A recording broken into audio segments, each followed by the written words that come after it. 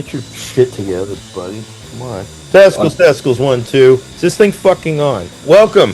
Meaningful Times with Friends. Back once again is the incredible Nathan Nation, Merely Jason, Spoolie D, Mean Dave, the Boresome Foursome. We are back again. This is episode 39. I know where we're at now because I paid attention after making episode 38. Thank you to those who have returned after such a long hiatus to check out our previous episode. It was a smashing success. Alex Winter getting lots of respect out there. And, yeah, you see the Alex Winter rabid fan base behind Jason. You know, obviously jokes, but still, seeing some more recognition and some respect on his name. We do have an apology. Well, I have an apology. You guys are all good. Get the sorry doggy. Marty! I said, hey, Marty, I'm sorry, Marty. One of the things I said in the last episode, and it is related to Alex Winter, I did recommend Bill and Ted's Bogus Journey because they died. I rewatched it, and I will say, I can still enjoy it, but it didn't hold up. It really was a bogus journey after all, including my favorite actor, not my favorite, but one of my favorite character actors, William Sadler, being in it. I just remembered it more fondly, I guess, from the time. So I said it was a good movie.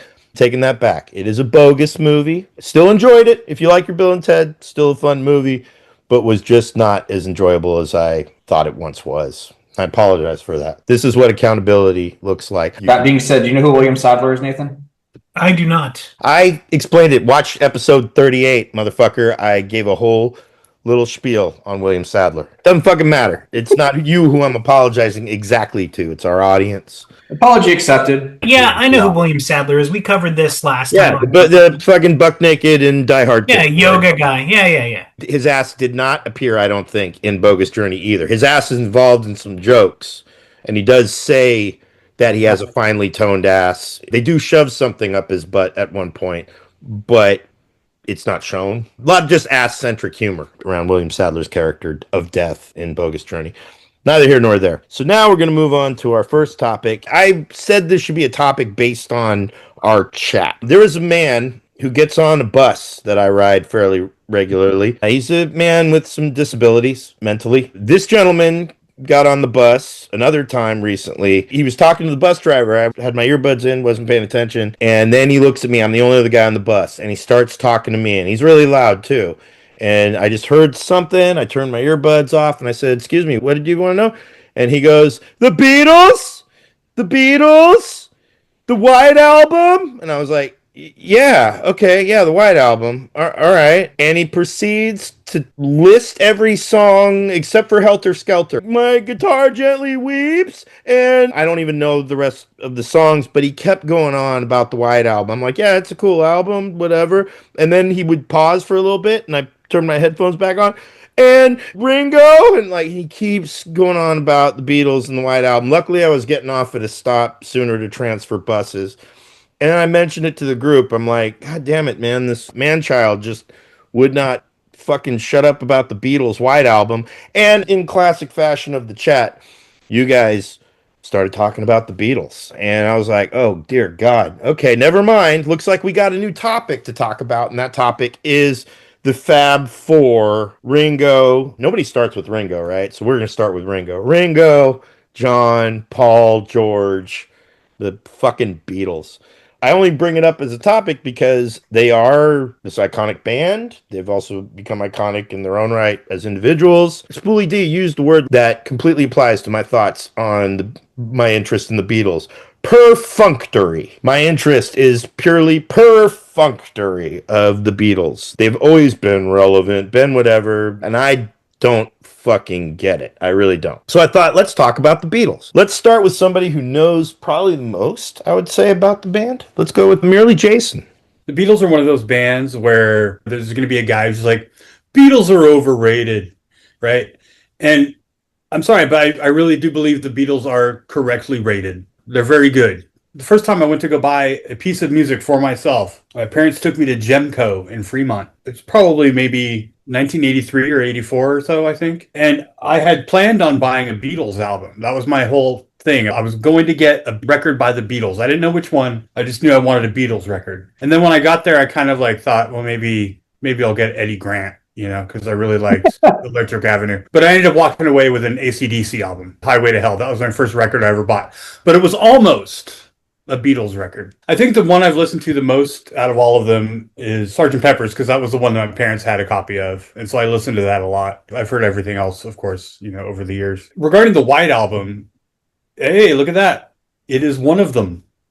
Spoolie D first comment when he read the text talking about the White Album is, that's not even a good Beatles album. And I said, what? Which was interpreted as being aghast and upset and disgusted or something. But in reality, it was just like, what, as in, what do you mean? Because it is a good Beatles album. But I didn't know if that he was saying it was a bad album in general, or if he was specifically saying in the context of Beatles albums, it was bad. He later said that, it's a great album, but it's not even a good Beatles album, which I kind of agree in some respects. It's too long. It's all over the place. It sounds like a bunch of demo sketches for songs that didn't get finished, but they're all really, really good. White Album's not their greatest album. I like Abbey Road quite a bit. Revolver's good. All the early stuff before the albums were good. All the singles that were collected into like Meet the Beatles and all that shit. I really like it. They have great songs. I even enjoyed that movie they did called Yesterday, where it was about a world in which the Beatles never existed, and so this one guy remembered the Beatles, and so he built a career for himself by playing Beatles songs. I even enjoyed that. It was sentimental, trite, but it was fun. It was nice. The songs are fucking great, And I used to be a contrarian, like, oh, the Beatles are overrated kind of guy too, but I was wrong. They're great, and we probably wouldn't have rock music as we know it if it were not for the Beatles. So, hooray for the Beatles. Well said. Next, the voice of the layman streets, if you will, doing polls, checking up on what people are saying or thinking, or if they even know who Alex Winter is, and that's Nathan Nation. Nathan Nation, your thoughts on the Beatles? So I grew up with parents who were deep into like smooth jazz, like in the late 70s and into early 80s. There was a lot of like Doobie Brothers and just music that was total like mellow gold of the 70s into the 80s. I did not grow up with parents who were appreciators of rock music at all. The one exception was Abbey Road by the Beatles. Every road trip we ever took, for some reason, that album always got pulled out and played in the car. So I have a lot of strong early memories, and essentially all I knew about the Beatles was Abbey Road from probably the time I was like 8 until I was a teenager. I own 3 of their albums. I have the White Album, I have Sgt. Pepper's Lonely Hearts Club Band, and I have Abbey Road. And those are the only 3 that I really like enough to want to own. I don't like their early stuff, like when they were kind of in their twist and shout sort of phase, like those early short Beatles cuts, like the picture you have behind you. I don't like that stuff. They were sort of aping American rock bands, and Paul McCartney was trying to sound like fucking Little Richard at times, and I can't get into it. I went through a period where, when I bought my first house with an ex-wife, making ends meet, I worked weekends as a DJ doing weddings and parties. And all those fucking early Beatles songs are the kind of fucking songs people want to hear at a wedding, like put on Saw Her Standing There or Twist and Shout. Like, I associate those songs with having become corny over the years as opposed to being something groundbreaking. When you fast forward to like the stuff they started doing around the mid 60s when these guys started taking acid, they started experimenting with different sounds, like Eastern sounds, throwing sitar in a rock and roll song, or weird studio effects and shit like that. That's the kind of stuff I appreciate that they did. I think that was the most groundbreaking and influenced a lot of bands after they were done. And I think probably to cap it off, their last album, Let It Be, is the worst album they ever did. It was like their foray into fucking easy listening bullshit. Cool. So now let's get to the guy. It's always full of hot takes. Even when it's cold outside, man has hot takes for days. Stacks of hot takes. Spoolie D. I don't really have a hot take. I think what Jason's saying was accurate, which is they're adequately rated, but I think for different reasons. Like, if you think of bands, a lot of times you'll think of like, oh, that's my favorite song, or I really dig or really connect with the band or connect with songs. I don't connect with any of this. There have a lot really, really good songs, but nothing that I would say is a great song. I would say Sgt. Pepper's, if you listen to it from beginning to end, is a great piece of art, like a complete work. Even though I don't like that sitar song, Within You, Without You, that's probably the only Beatles song I've listened to, and this is just boring trash. But the rest of it, and the arc of it too, so it's not just the fact that they have very, very good songs. They have a massive amount of very, very good songs. And even the early stuff that Nathan doesn't like, and a lot of Beatles people don't like them because it's like bubblegum pop. It's very good to excellent bubblegum pop. But like, I'm not going to just sit there and like, man, I need to hear I Want to Hold Your Hand, you know, or I Saw Her Standing There. I actually find myself turning the songs off probably 3/4 of the way through if they come on the radio because I've heard them so many times. But I will sit down and listen to Sgt. Pepper like all the way through. There's just an experience about that particular album that works for me, and I probably listened to it at a formative time. But I think they could have been great if they didn't kick Clarence Walker out like back in the day. Nathan knows what I'm talking about. And the other thing that I was thinking about today, one was Beatlemania, which Jason has in back of him, although I do actually like the idea of Jason walking down the street and women just losing their shit because he's around. They used to in high school, right? I know, that was nuts. Oh my God, he's got moshable hair. The reason this picture was on my hard drive and I could use it today was because we showed it at my dad's funeral. He always said he wanted to have like 1,000 weeping women at his funeral. I was thinking we should like project an image of women crying, but then I thought, well, it'd be really gross and creepy if I were to actually put sad women up there. So I found this, and we projected this on a screen for his funeral.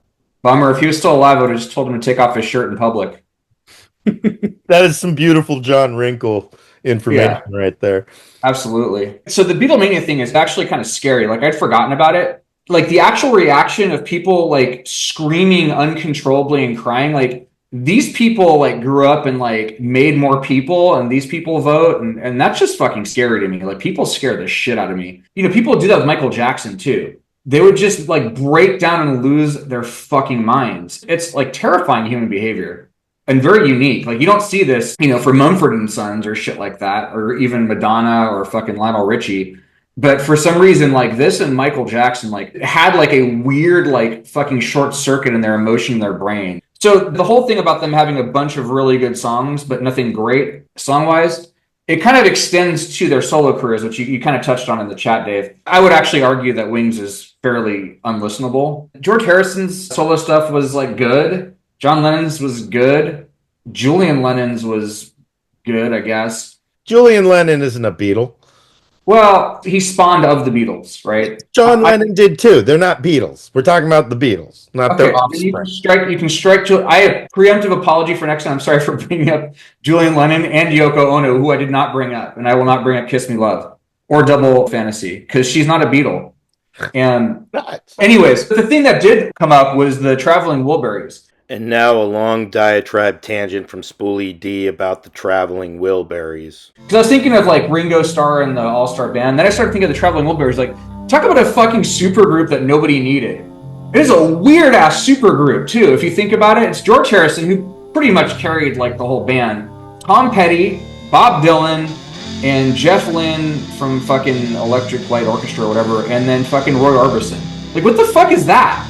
Like, what kind of bizarre smattering is that? And then if you think about like just the sheer amount of fucking talent in that band and how ungood that band was, the Wilbury Twist, which is one of the worst and most embarrassing things not being done on purpose. And if you've never seen the Wilbury Twist, Nathan's walking away. Yeah, he's out of here, man. You got going on. Dog is flipping out on me. Sorry, come here. I was doing some like quick back of the envelope ramshackle math, and I'm like, how can a band full of so much like good talent turn out to be like the actual less than some of their parts? And I figured out it's Bob Dylan, because Bob Dylan added to anything is like subtracting 1 gazillion, and the only thing that Bob Dylan couldn't fuck up was We Are the World, because you had Michael Jackson, you had Lionel Richie, you had fucking Quincy Jones, you had Stevie Wonder. That's so plus 1 jillion. His part is still the absolute worst part of that whole fucking song. It's dog shit, and he's dog shit. So I watched 3 Traveling Wilbury videos. I got sucked into a fucking Traveling Wilburys like rabbit hole. There are 2 songs that were not the Wilbury Twist, were actually pretty decent.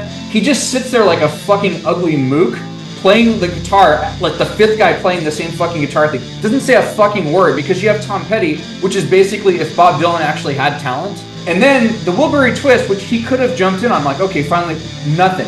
Fucking nothing. And if you look at the fucking Wikipedia page for the Traveling Wilburys, I just did a search for Bob Dylan. They're like, oh, he contributed greatly. He did all this shit. He didn't do fucking garbage. Anyways, Beatles are pretty good. Back to you, Dave. As usual, Spoolie D uses the topic to then push an agenda of some tangential nature. This had nothing to do with Wilburys. I like this photo, by the way, because Paul kind of looks like Eric Stoltz in Mask right here.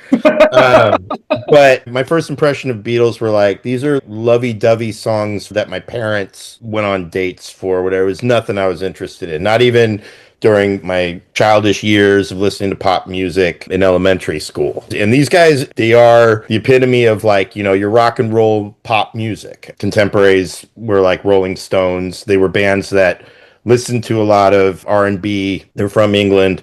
And then they formed their own bands inspired by that music, playing like a more peppy version that became hugely popular. Somebody said that you're either a Elvis person or you're a Beatles person. I'm like, I'm not really an Elvis person either. If I had to choose between the two, I'd probably enjoy my favorite Elvis song more than my favorite Beatles songs.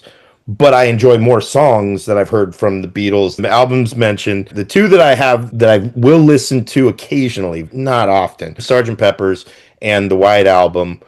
Everything else, I'm aware of the titles. I've heard songs from them. You're either a Beatles guy or a Rolling Stones guy. I'm definitely more of a Rolling Stones guy. But I always have a respect for the Beatles because of what was said earlier. They've inspired so much that I do listen to that do love the Beatles. Even my favorite band, the Melvins, they do a Beatles cover of I Want to Hold Your Hand, and their version is more interesting. I still don't like that era of Beatles at all, but they do something, they put a Melvins twist into it. Still, if they're playing it, I'll go to the bathroom at a live show or something. I never understood the popularity, and obviously there's the fanaticism. They were a boy band when they were younger. They were the world's first boy band. You know how we had that craze of more the dancing boys that didn't play instruments.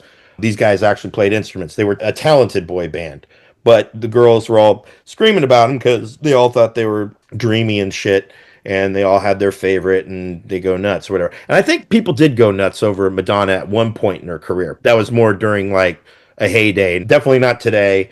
Maybe after Who's That Girl came out or whatever. When you listed the people that breaking down into uncontrollable screaming and crying. There were some. I bet Prince is one of those. Have any of you ever heard of Listomania? No. There was a composer in the 1840s named Franz Liszt. His last name is spelled, I think, Liszt. And it was one of the first documented cases of fans freaking out like this, like we're talking about with the Beatles, but it was happening in 1840s Europe. He was this Hungarian composer, and everywhere he went, Paris, Vienna, Barcelona, all over Europe, women flipped out and tried to steal pieces of his hair and clothing and stuff. Going down this Beatles rabbit hole, I stumbled across that because I always assumed the Beatles were the first, but it was like 1840s and then 1960s, so there was a good century people took off before they started flipping out about musicians again. Yeah, and it might not be chemical too, because I was forced to read this book. I think I took a history of rock and roll at Ohlone College, and this guy, he's a good teacher, but he's kind of a scumbag. He'd write books, and then he'd force you to buy them, and then he'd perforate worksheets, and he wouldn't let you take photocopies of them. And he wrote this book called Beatles, The Untold Story. He's actually written a lot of books.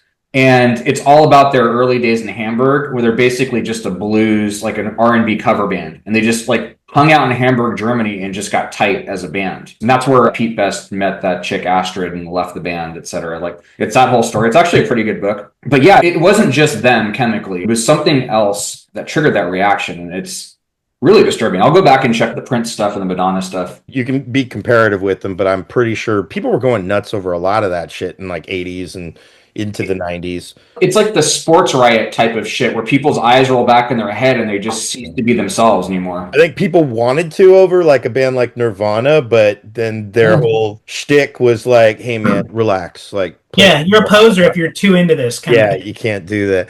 So one of the songs that I mentioned, it's not a Beatles song, but it was written by a Beatle. I don't even like the original version. It's Guns N' Roses' Live and Let Die, because it's part of the Guns N' Roses era where they were kind of like burning their own reputation with the two Use Your Illusion albums, which I think are hilarious attempts at Guns N' Roses trying to show depth that wasn't exactly there. But they're talented musicians. They did a better version of Knocking on Heaven's Door by you know who. There you go. So the Beatles, they've inspired so much. I am more of a fan of a lot of their contemporaries. They came later than the Beatles, but like Cream, I really like. Derek and the Dominoes, bands that came from the Yardbirds and all that kind of shit. But they were all Beatles heads. I think Pink Floyd probably liked them as well, too. Black Sabbath, they've said they wanted to be the Beatles, and they just ended up sounding like a doom version of the Beatles. I don't think it exactly, but I mean, they became their own version of an English band. There was a video I shared on Instagram. It was like a meme video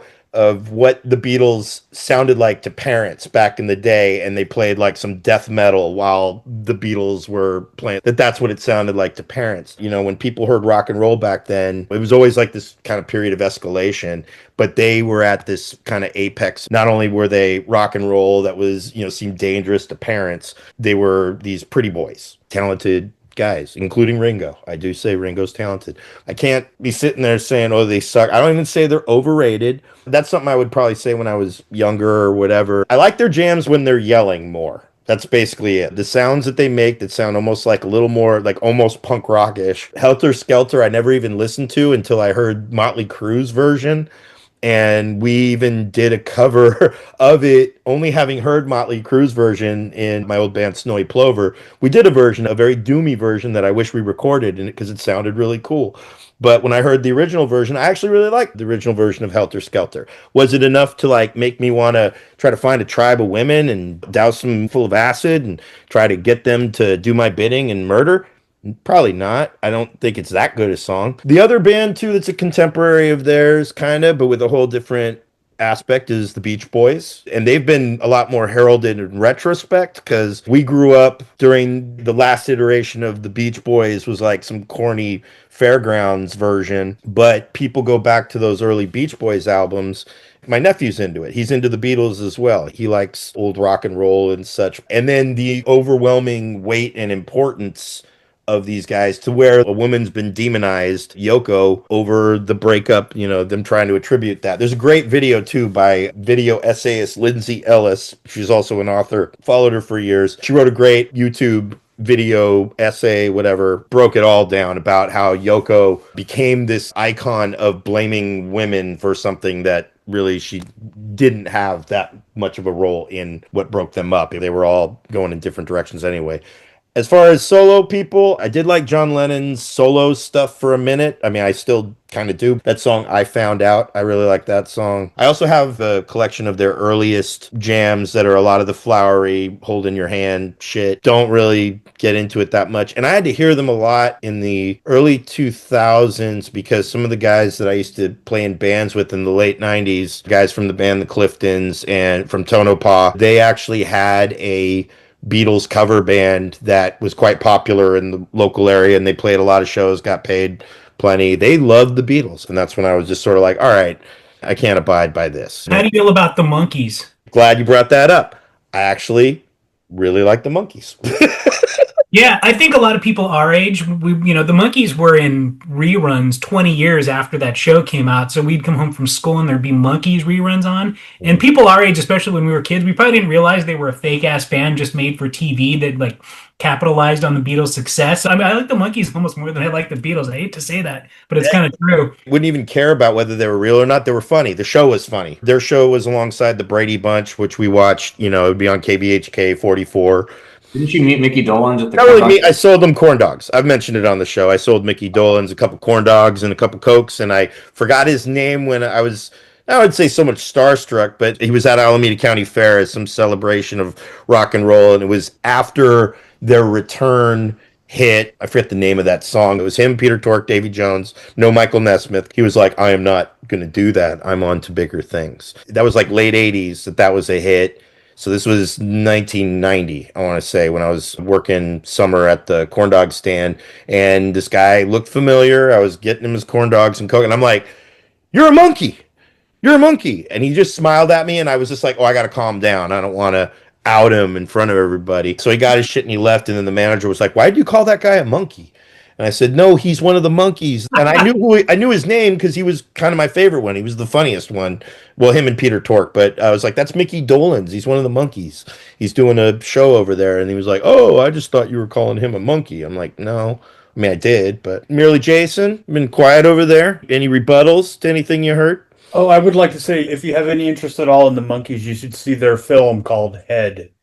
It's a Weird as very fuck. good movie. Yeah. So, like I said, if I'm going to choose to listen to something, I would go more to the Doors. But I do have a lot of respect for the Beatles, do like some of the Beatles stuff, not in regular rotation, and I do not get the hysteria about them. I tried watching that Peter Jackson directed documentary of them writing songs. It's like there's stuff where they're in the studio. I did not make it through that. It was a I little couldn't either. It's up its own ass. those guys like knew how to hold a press conference, man. That's really what was probably the most interesting thing to me about them is watching videos or hearing sound bites from their old press conferences because they got in big trouble for saying they were bigger than Jesus, which was a joke. But you know how this country feels about Jesus. If you listen to like late stage John Lennon, like talking about politics, it's pretty nuts. Like he goes like total red pill. I love it. I actually I love know it. it's probably why they had to kill him because of his influence and what he was talking about. Because the same shit with Martin Luther King talking about the military industrial complex. When you start to see these guys get whacked, it's when they start talking about that shit. So yeah, Beatles. I think we all agree they're cool. Are we ripping off our shirts and showing our tits for them? I don't think so. And obviously, it spurs a lot of really strong thoughts about the traveling Wilburys in Spoolie D's case. All right, think we said enough. Moving on. Our next topic, again, music related topic involving some bands that were no doubt Beatles fans. But the funniest thing to me about this next topic is that the Beatles sound like a band who should be in this category based on not only the catalog that they have, they inspired a band called the Monkees who are almost in this category, but not quite. This is a topic that just came up mainly because I was watching the show Tulsa King, and in the season finale, there is a terrible cover version by, I think the band is Five Finger Death Punch. I think they were the ones that did fucking terrible name, terrible everything. It sounds like the follow up to Death Grips. And it was a cover of Bad Company. And I shared this version with the group. Of course, chat came about and people were like, wait a minute, who wrote this song? And it's like, oh, the band is named the same as the song, Bad Company. That spurred a bit of a chat of bands that have songs with the same name as the band. You know, we just started like, oh, I'm sure there's more of them. So we were kind of brainstorming it. Now, here's the criteria, though. One of the first bands that came up was the band Big Country, which was a band from when we were growing up. They had a video. You hear the word Big Country, and if you were around in the 80s, you're like, oh, yeah, in a big country. That's the name of the song. Isn't there a bagpipe solo in it? Yes, there is. The criteria of this topic, bands with songs of the name of the band, that has to be it. It can't have any other words, no parentheses, has to be the band, and the name of the song is the same as the band. So Big Country does not count under this. This is the list that I had found that was kind of the most definitive list beyond like underground bands, because there are more, no doubt. This is kind of the general consensus of your closest to mainstream bands that do this. Black Sabbath, that was mentioned one. Anthrax, Iron Maiden, Bad Company, They Might Be Giants, Damn Yankees, Night Ranger, Bad Religion, Green Day, Meat Puppets, Kool and the Gang, Motorhead, Porno for Pyros, Minor Threat, Talk Talk, Wilco, Angel Witch, Metal Church. I suggested we each pick a favorite one and a least favorite one. So let's start with Spoolie D.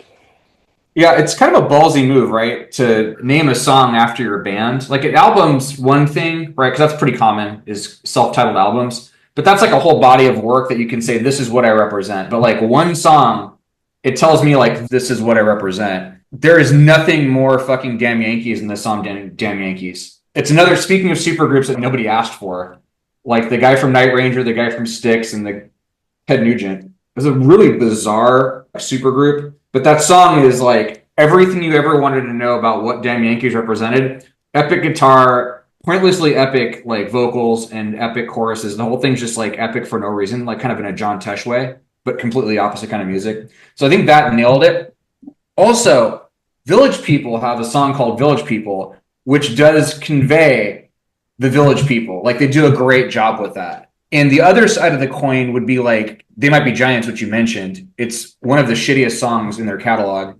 Canned Heat was a really bizarre, like really shitty 12-bar blues song and didn't have that really weird like falsetto. It was not representative of them at all. Hang on a And- second. Before going further, this is the second time that canned heat has been mentioned in this thing, and it's both been by you. The first time when bringing up festivals, talking about Woodstock. I don't think anybody utters the name of the band Canned Heat with more disdain than you do.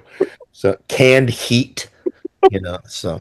Gotta work together, Dave. Sorry. And the Anthrax one was fine. The vocals were pretty crappy, but it was a very Anthraxy song, but it wasn't up to their standards. The one that I found, though, and you probably disallow it, is Bo Diddley had a song called Bo Diddley. And you're like, well, that's a guy's name. Well, it's not his fucking name. His name is not fucking Bo Diddley. He had a song called Bo Diddley, and the thing about it I noticed about Bo Diddley's song Bo Diddley, when I was listening to it, I was like, oh, shit, this is basically fucking I Want Candy from Bow Wow Wow.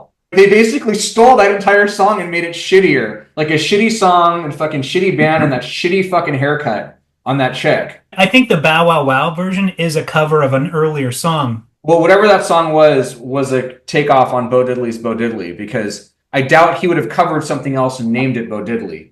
But who knows? That's not his fucking real name. Would you say that Bo doesn't know Diddley? He does. I would say that Bow Wow Wow doesn't know shit. And then he had another song called Go Bo Diddley. So dude was feeling himself. The Green Day one also it's kind of interesting because if you were to be Green Day in that era and come out with that would have been emblematic of Green Day. You can hear like the guitar and the chord progressions and a lot of Green Day in there, just kind of like starting to feel out what that was. Got it.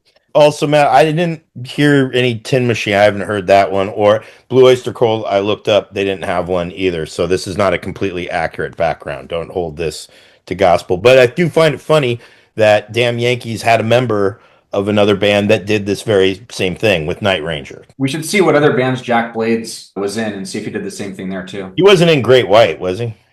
I don't know. Who cares? Merely Jason. What do we think about this? While we were brainstorming different bands that had names of songs that were the same as the band, I kept coming up with ones that were not quite fitting the concept. They were just like a word off. I don't remember any of them that I brought up at this point. Today, though, it occurred to me, Guar Theme, kind of, I think it technically is suitable. And also Theme from Wrangler, which is the band Wrangler, obviously. And those are both actually good songs. Because most of these songs are really not very good. Talk Talk is a fantastic song by Talk Talk. Black Sabbath by Black Sabbath is probably the best of them. Because it's just, I mean, it's fucking Black Sabbath. It's amazing. For the most part, bands that have songs that are the same name as the band, they're not really very good songs in general. It's kind of a weak maneuver, you know?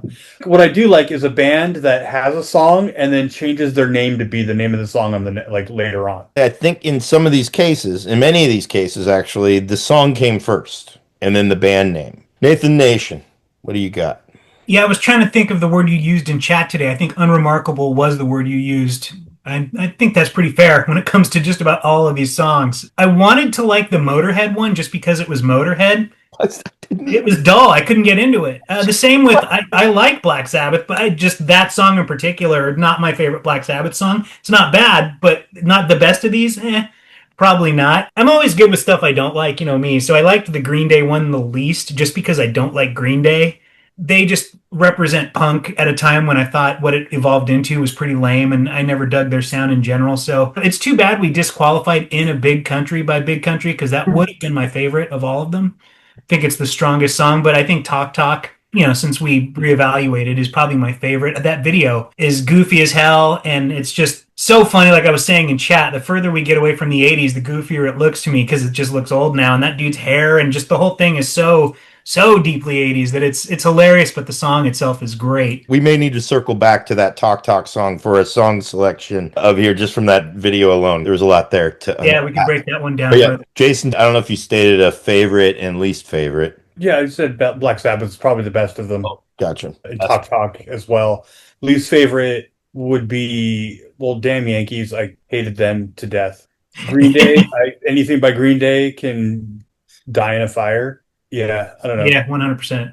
Fucking dreadful. It's funny that you say all the things about Green Day, because I'm not a fan of Green Day, but I have a certain similar thought on Green Day as I do the Beatles, only because for all of the things that their success kind of spoke to after Nirvana's success and Suicide, the band Green Day, I think, benefited the greatest, kind of picking up the torch of that feeling at that time. I just kind of have somewhat of a general respect for them, even though I don't like them. Like, I would look to more like No Doubt as a band that I kind of have more disdain for in the same sense. And No Doubt seems like a band that probably has a song called No Doubt, but they No don't. doubt. No Doubt. I was just happy because I was so fucking sick of everyone talking about how hardcore the Gilman was, like all the fucking time. And then Green Day came out of there and that just all stopped. I recently watched the documentary made by a friend of mine, Corbett Redford, Turning It Around. And it's a really good documentary. There's a lot of bands that came out of that whole thing. Like, I didn't even know a member of Schlong was in Operation Ivy, which was like one of the other big bands that could have gone on to be another Green Day, because they were popular before Green Day's popularity. They were inspirations to guys in Green Day and had a huge following that then the only way to go from here is to break up the band or become something that we don't feel we are. And then they broke up the band, and then some of those members became Rancid. But we're getting off topic. Spoolie, did you say your favorite and least favorite? Yeah, I would say the Bo Diddley is my favorite because it finally scratched that fucking itch of why I hated that Bow Wow Wow song so much. Because it's just such a shit song. It's so dumb. So yeah, thanks, Bo Diddley. Whatever your name is. And your least favorite? Least favorite is that Canned Heat song, Canned Heat. Yeah, you're off the reservation even with your selections. I love it. Well, I mean, you found them. They're legit. They count. Every one of these songs, for the most part, sound like the beginning. Like most of these bands, I think, wrote their self-titled song, whether they named the band after it or before it, they were all in the beginning. And most of them come from rock, metal, or punk. And then there's a handful of others that are not. I kind of agree that the best one out of them is Black Sabbath, only because it's the first song on their first album that kind of throws down the gauntlet of who they are. Now, is it their best song? That's arguable. I don't think it's their best song, but I think it's the most introductory song of who they are. You could call it Black Sabbath theme, and it would fucking make total sense, because that's really what it is. War Pigs, which is one of their bigger hits, is probably the better song between that kind of pacing of song, but it's still, Black Sabbath is the doomiest of their songs, and they were the Doom Beatles. So it really did introduce themselves effectively. These other songs, the thing that ruins them most is when they say the name of the song, which is the name of the band, in the song. I found the ones that don't, or if it's not apparent, it tends to work better. Yeah, the Porno for Pyros one was pretty egregious. Oh, I forgot about that one. Yeah, fuck, that's the fucking worst one. I hate Porno for Pyros. I was wondering about that. I forgot about that one until you mentioned it today, and I went back and listened to it and went, oh, this It's is on the list. I sent you guys the list, but I don't know if you looked at all of them, but they were right there in the middle. And that one, that was their brand, making terrible songs. So I found that if they used the song title, which is the name of the band, in the song, it sucked. The Green Day one didn't, and so it wasn't as apparent. The Minor Threat song, I never really cared. They could have named it something else, whatever.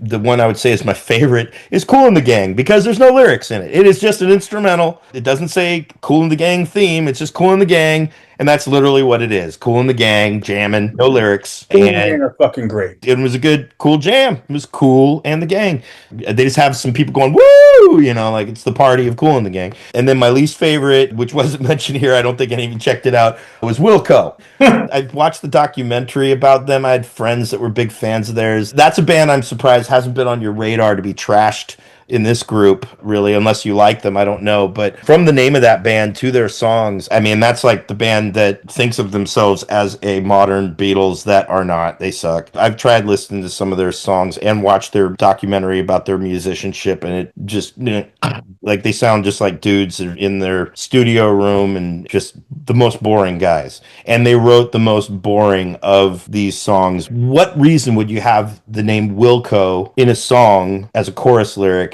And they do it. I'm like, oh yeah, this is the theme to why I hate Wilco. So Wilco's my least favorite. But there we go. So yeah, if you have a band, don't name a song after your band. Or if you're going to, sprinkle something. Do a little something. Only Jason will probably get this, but I was really surprised that KMFDM don't have a song called KMFDM. Is it called KMFDM Sucks, or is it just called Suck? It might be KMFDM sucks, but they're probably the most self-referential band in existence in that they have to name themselves in at least 2 songs on every album. They're smart enough to know to avoid this trap. It's a different thing when you have a song title that's different, but you say the name of your band in the song. That's a whole different story. Being self-referential, all that shit. Again, this is just a trap that as a band, don't fall into this trap. Even Motorhead's song was like, man, this is the corniest fucking Motorhead song I think I've heard. And it's the one called Motorhead. I just remembered that Bird Spinker was originally a song title. Yeah. All right. Oh man, do I need to get the sorry screen up here? Let me get the sorry graphic for it. Well, the thing is, the song no longer exists. Like, there's no recorded evidence of it anymore. All right, so no apologies. I don't even remember what it sounded like. It was probably terrible. All right, so it's good. We averted all that. Thank God. It was a better title than it was the song. All right, good. All right, we'll sidestep that landmine there. Again, if you just add a few words, put theme on it, just do something to separate from the name, because nobody's going to beat Black Sabbath, I think. That's the song that I think best represents naming your song after your band. You need to go back and check out Village People by the Village People. Maybe. I'm not going to argue that. It wasn't on the list, so I didn't know that. Also, I was saying hip-hop avoided all this. I could not find one or think of one hip-hop group or artist that has done this. The closest was Public Enemy, but they have a song called Public Enemy No. 1. Was Wu-Tang's song called Wu-Tang Clan Ain't Nothing to Fuck With? They reference themselves in it, but there's not a song called Wu-Tang Clan. I was looking, NWA don't have one. Ghetto Boys might, now that I think about it. And you know what? I'm not going to fuck with that, because the Ghetto Boys, they've earned it. And if they do have a song called Ghetto Boys, I'm going to put that up there with Black Sabbath, because I can't think of a Ghetto Boys song that's going to suck. All right, moving on. Now to our song. I said this in our chat just before we were about to record this. After hearing this song should actually be a song that's named after the group, brought to us from Nathan Nation. So we'll let him take charge here. So Nate, let us know about Planet Claire. I have more props. This is a 12-inch that's for Rock Lobster, but Planet Claire is, I think, the B-side. In 1979. Anyway, I thought after our last song, we needed a palate cleanser. Something kind of whimsical and fun and dumb and less interpretive art, like this is about some sort of scandal. Like I didn't want a song where I'm like, well, if you listen to the lyrics, it's really about Watergate. None of that. I wanted something silly. And so I feel like the B-52s qualify for that perfectly, because I love them. They're dumb and fun. And like for a lot of people our age, Cosmic Thing, which came out in '89, was sort of the only album that people in our age range know, because it had like Love Shack and Rome and Channel Z. But a lot of their earlier stuff that came out in the late 70s into the early 80s was sort of unknown to us. And I personally wasn't really into them all that much either. I went to a party with my wife, and it was at my sister's house. And my sister wanted everyone to grab records to bring so we could all play different tunes over the course of the party. And being me, I wanted to bring Jesus Lizard and Dead Kennedys albums. And Carrie was like, nah, fuck that. Let me pick the stuff. And so she picked a bunch of this old rock stuff and some Elton John. And I was like, no one's going to want to hear that shit. Her picks were the favorite stuff of the entire night. And one of them was the album that this song Planet Claire is on. It's the B-52s' first album. This was probably 14, 15 years ago. I'd never really explored the B-52s any deeper than, like I said, that album that came out in '89. And then you'd hear Rock Lobster and Private Idaho on the radio, right? That's the extent of my B-52s knowledge at the time. And when she played that album, I was blown away because I thought it had a much more raw rock and roll sound. The stuff that came out like Love Shack to me was sort of adult contemporary sounding, slickly produced sort of stuff. So what I like about Planet Claire is the guitar sound. I know it's a riff on, the Peter Gunn theme? Yeah. The song itself, just the weird sort of moaning the woman does while she plays her keyboard. And then it builds up to where Fred Schneider starts singing. And Fred Schneider, he's just such so odd, the strangest, most flamboyant co-singer of any band I can think of. I just dig his sing-talking. It's almost like he's telling nonsensical stories. I don't know. I love this song. I think it's my favorite B-52 song of all time. And I'm glad that I came to this early stuff later in life, because I never really would have known about a lot of their earlier stuff. Well, he wasn't telling a story during this song. I know that. Weird, but yeah, it was about Planet Claire. All right, next, probably most knowledgeable again of the band in question, merely Jason. My reaction when Nathan brought up the song was that this is possibly the best B-52 song. First song on their first album. Probably the song that I go back and listen to the most from them is this one, Planet Claire. I just really like it a lot. I really like this first album a lot. I enjoy their weirdness and their really bizarre sense of humor. I mean, there's a song on this album called There's a Moon in the Sky Called the Moon. It's fucking hilarious to me. I love it. Planet Claire is great. Peter Gunn theme is awesome. They vamp on it, so it's not just the Peter Gunn theme, but he is credited, Mancini is credited as one of the songwriters on the song because they did use so much of his riff. But I don't know, it's good stuff. B-52s are great. They can do no wrong, basically, as far as I'm concerned. Like, there's really nothing that they've ever done that I've been disappointed by or haven't enjoyed on some level. I mean, I got sick to death of fucking Love Shack, but What about Rome, where you Rome's want fine. You know, it's inoffensive. It's not like my favorite, but it never annoyed me.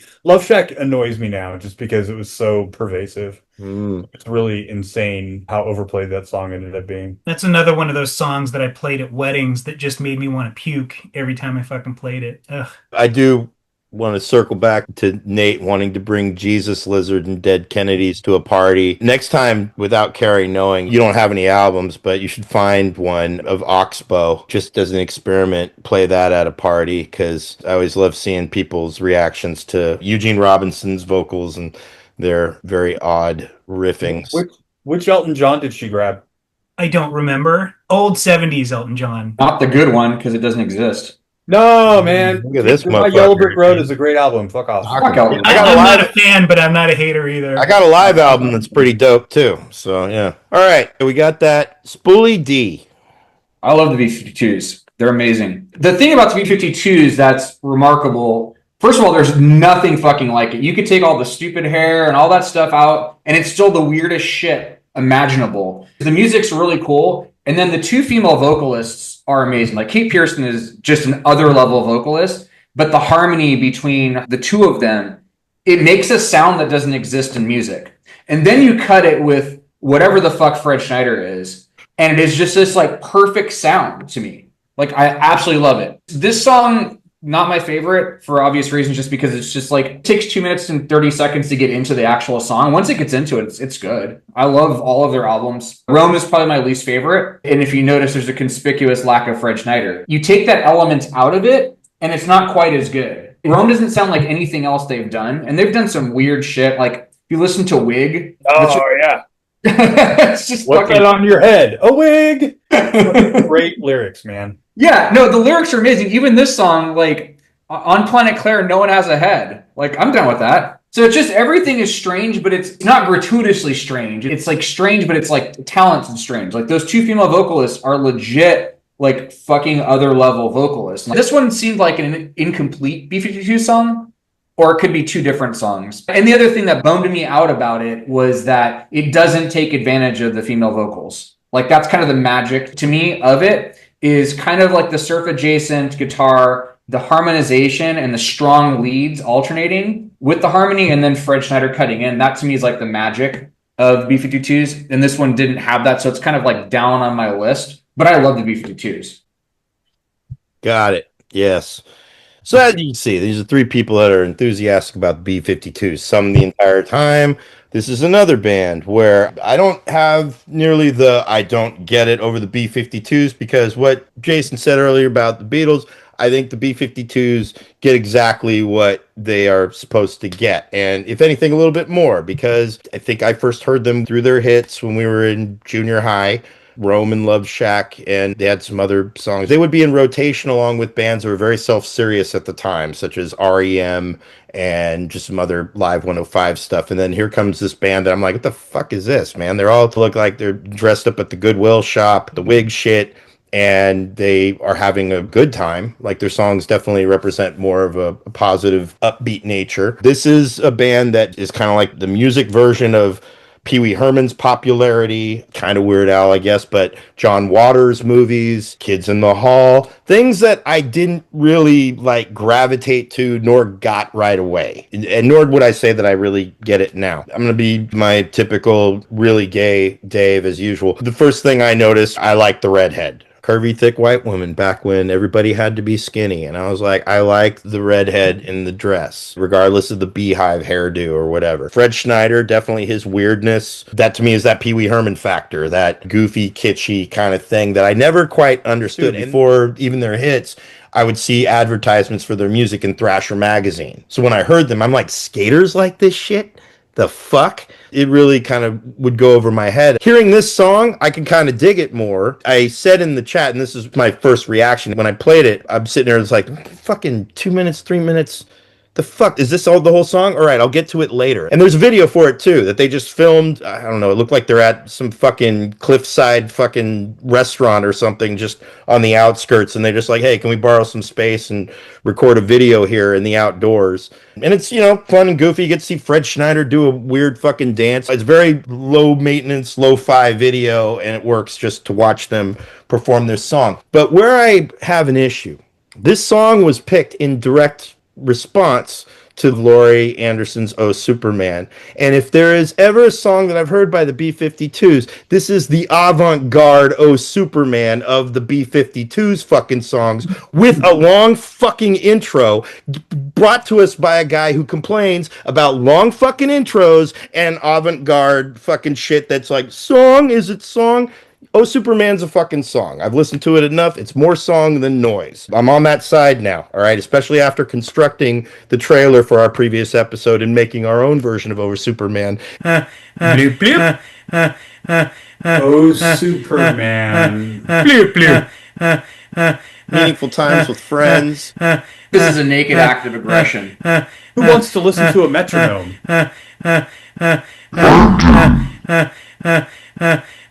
There's always force, and when force is gone, there's always passive-aggressive art house garbage music to bludgeon your friends over the head with. Hello, who is this really?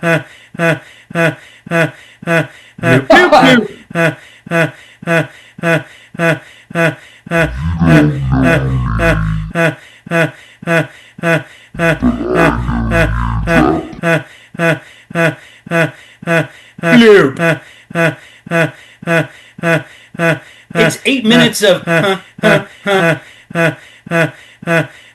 Alex Winter looks like he crawled out of her ass. It only pointed out how musical that song was to me, just in structuring our version. I'm like, this is noise. Her version is a song. So when I'm watching this video and hearing this, I'm like, they're playing with the noise box, making a noise I used to make when I was a child with walkie-talkies or some shit, making it feedback or whatever. That's an instrument in this fucking song. Again, 2.5 minutes of that shit. And her voice with the keyboard doing, and that's musical. It was cool. It's avant-garde for them. What struck me more about the song wasn't the song itself. It was always like, Nate chose this fucking song. It was that resentment that comes from our chat of the critiques that I get to hear from Nate. And I'm like, this is all of those critiques in one B-52 song in response to Oh Superman, of like, oh, we just need it for fun and blah blah blah blah blah. So if you listen deeply enough, it's about the savings and loan scandal. You just aren't hearing that part of it, man. That's just, you're totally just not interpreting it correctly. No, I got you. Again, it was just like, motherfuck, this is some bullshit right here. Obviously it's not very serious. As a song, yeah, it seems like kind of a throwaway jam, but it was early. It's the first song off their first album. I said this, and I stand by this. B-52s are one of the rare bands that are out there that even if I didn't care for the music, their fans have always been cool. I can't say that about a lot of bands, even bands that I like. Their fans kind of fucking suck. But the B-52s are a band that, you know what? Their fans seem to be pretty chill, fun, upbeat people. If you can enjoy something like this, chances are you're not looking to have a bad time. Like I always say, they're second only to the Juggalos. I have respect for ICP, Insane Clown Posse. The song that made me realize that they were cool is the song Rock Lobster, but not because of their song. I bought an album thanks to some metal magazine that had a good review of it by a band called Dead Horse, Peaceful Death and Pretty Flowers. And on that album has a cover, and I didn't know it was a cover, but I knew it was a song that stood out from the rest of their style of songs, and that was Rock Lobster. And when I think I played it for Spoolie here. Yeah, it's a great cover. When we were younger, he's like, oh, this was a B-52s cover. I'm like, what the fuck? You mean the Love Shack motherfuckers? This is their song? I didn't know. And then I looked at the writing credits. I'm like, oh, it is B-52s. Okay, pretty cool. And then you go to listen to the original. I'm like, oh, the original is pretty cool too. I can understand and get into it. Don't have any albums by them. They're a band that I would put on kind of par with Devo. I would say kind of Devo-ish. They have a catalog. They have hits. I mean, not as many as Devo. We should do a Devo episode actually at some point. You've short-circuited something in Jason, and it's not the Beatlemania thing. What is that? I'm sorry. What did I do to Jay? Oh, I What did I do? thought you short-circuited something by comparing them to Devo. Are you projecting onto Jay? I think I was. I was just you looking at him. It's Yeah. just like just such different animals. Are you pushing it back down? I was reacting, and I was projecting it through Jason because I thought he'd be reacting similarly. Never mind. Can I make a point now that I've interrupted you? Because I should have made this point, and I'm on this crusade late in life because I saw a random live version of "Give Me Back My Man." I was watching Fred Schneider dance, and I was like, "This dude is the best white male dancer I have ever seen in my entire life. Nobody, no white man in history can get the fuck down like this man. I don't give a fuck about Fred Astaire or whoever, like all that bullshit or tap dancing or whatever. James Brown's the greatest dancer of all time, followed by Michael Jackson. Like that's a different category. But in terms of white dudes, just white dudes specifically, nobody can get down like this motherfucker. Also kind of a contemporary and almost kind of is in, I would say, the same boat as this group in like Devo, but they're not quite. And that's Talking Heads. And that's a group that I never quite understood their popularity. And they had Because they're terrible. They're not. I don't think they are. I don't get into them. Just to listen to. Yeah, it's weird. I do enjoy a couple of their songs, mainly because they were beaten into our heads when we were younger. But when you talk about dance, I look at what Fred Schneider is doing as just being like David Byrne going to dance class and then figuring out how to move with the rhythm of the music. To me, David Byrne does the more spasm thing, and then Fred Schneider just kind of puts a little more flair and some sauce into it. You talk about white men dancing. I mean, music wasn't all that great, but Vanilla Ice, watch some videos of that motherfucker going around, and I'm like, he was comparable to Hammer as a dancer. That's like the white man dancing version of your disdain for people trying too hard. It is, but he made moves that then even when Jim Carrey mimicked him, he had to do it well to make it work. I would say the distinction I draw, because yeah, definitely Vanilla Ice can dance for a white dude. He can dance, period, not just for a white dude. Fine. I'm talking about specific white man. Like, yes, I am. I'm just trying to draw the distinction where it's like Fred Schneider is dancing in his own style. I get your point. And Vanilla Ice was dancing in a very specific 90s hip hop style. Yeah. What's funny, there's a little Fred Schneider in Vanilla Ice. There's a little Fred Schneider in any white man who can dance. That's what I'm saying. There's a little. It's probably like literally given Vanilla Ice. Fred Schneider in MC Hammer, you got Vanilla Ice. So a little math there. Hammer could move. And so can Fred Schneider. I will also agree there. But yeah, like I said, this is a cool song, cool jam. You know, it is very Peter Gunnish, playing with like children's toys and ham radio, whatever the fuck this other sounds were. But this is the most god waffle noise pancakes of the B-52s jams.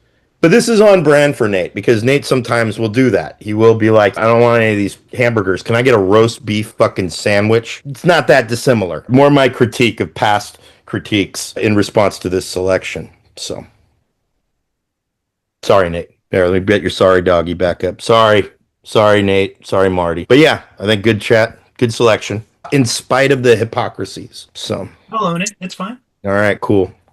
You always do. You know, sometimes Spoolie does not. I think Jason's always accountable. I try to be, but I get defensive. I am very defensive. Anyway, I think that's a good way to end the show. On a down note of defense. I don't think it's really that downer a note. I'm just trying hard to be funny. Meaningful Times with Friends. That's been another episode 39. I hope you enjoyed it. I hope you got something out of it, learned something. And if you didn't, well, hope we just satiated your appetite until next time. Any last words? Anybody? Any last thoughts? I'll wait. All right, cool. Merely Jason, Nathan Nation, Spoolie D, I've been Mean Dave. Thank you for enjoying these shows. Come back again. Tell your friends. Go watch some old episodes, too, while you're at it, motherfucker. It's all good stuff. So if you think we aren't making enough new stuff, you probably haven't watched all the old stuff. You know, all the early stuff. When Meaningful Times with Friends named episodes after Meaningful Times with Friends. You know? Check out the early shit. The noise shit. The fucking avant-garde Meaningful Times with Friends. We'll see you next time. Peace. Bye.